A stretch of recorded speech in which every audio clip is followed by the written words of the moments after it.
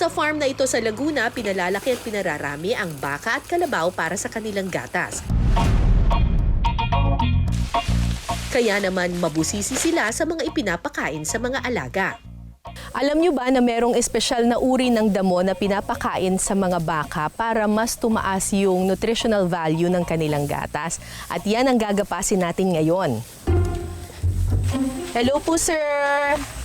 Ano pong uri ng damo? Ma'am, ito po yung Napier grass, also known as patchong. Isa po ito sa mga improved grasses na ipinapakain natin sa baka. Bakit magiging mas masarap yung gatas kapag ano? Opo, ma'am. Tapos mas madami po ang gatas na Para palang malunggay ito, no? Opo, ma'am. Okay po. Paano pong gagawin natin? Ito po, medyo matured po yung pwede po nating Hindi mula sa ilalim. saka po natin ikakat po na mga 3 to 4 inches po sa from the ground.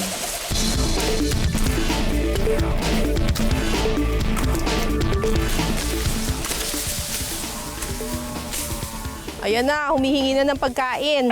Mga baka. Mamaya na!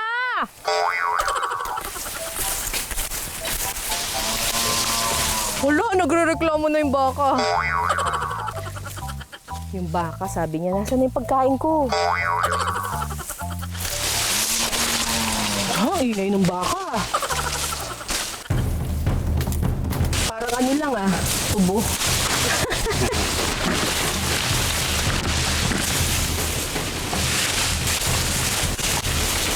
Tatlong klase ng improved grass ang ipinapakain nila sa mga kalabaw at baka.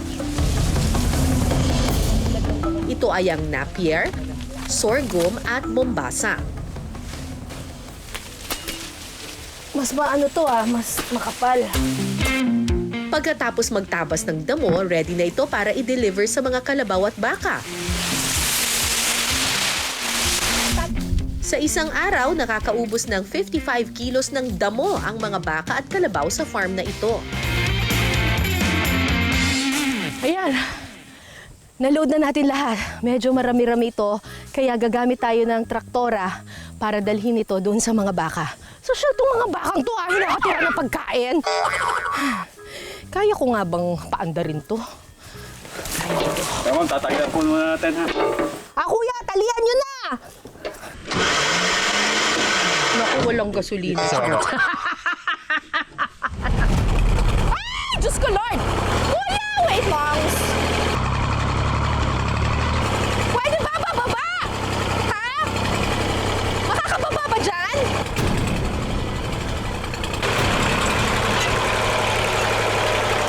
Ay, dumudulas!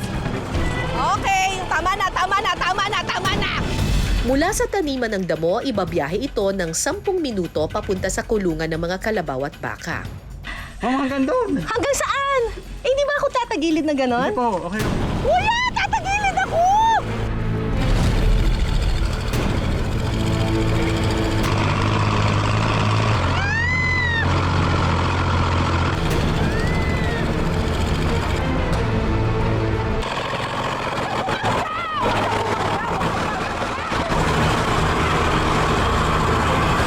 Ayoko na! Tama na! Achievement unlocked. Nakapagmaneho na ako ng traktora, pwede na ako maging magsasaka. Charot! Kuya, kayo na po. Parang feeling ko mamamatay ako. Mas kakaunti ang damo tuwing tag-araw, kaya kapag tag-ulan, karaniwang gumagawa sila ng silage o fermented na damo. Bukod sa mas humahaba ang shelf life, mas nagiging masustansya rin daw ang mga damo. Sa paggawa nito, kinakailangan munang i-shred ang mga damo. Ay! Dumiretso! Nakakatakot! Nakakatakot eh! Ilalagay ang mga ito sa sako at saka hahaluan ng molasses. Ito ay syrup mula sa tubo o sugarcane na magsisilbing fermenting agent para sa damo. Ang mga damong hindi gagamitin sa paggawa ng silage, diretso na sa bibig ng mga baka. Oh, tanghalian na! Kain ng kain! Masarap? Masarap? Ang pagpapakain ng sariwang damo at ng silage nakatutulong sa pagpapabuti ng kalidad ng gatas ng kalabaw at baka. Sa farm na ito, 8 litrong gatas ang napoproduce nila araw-araw.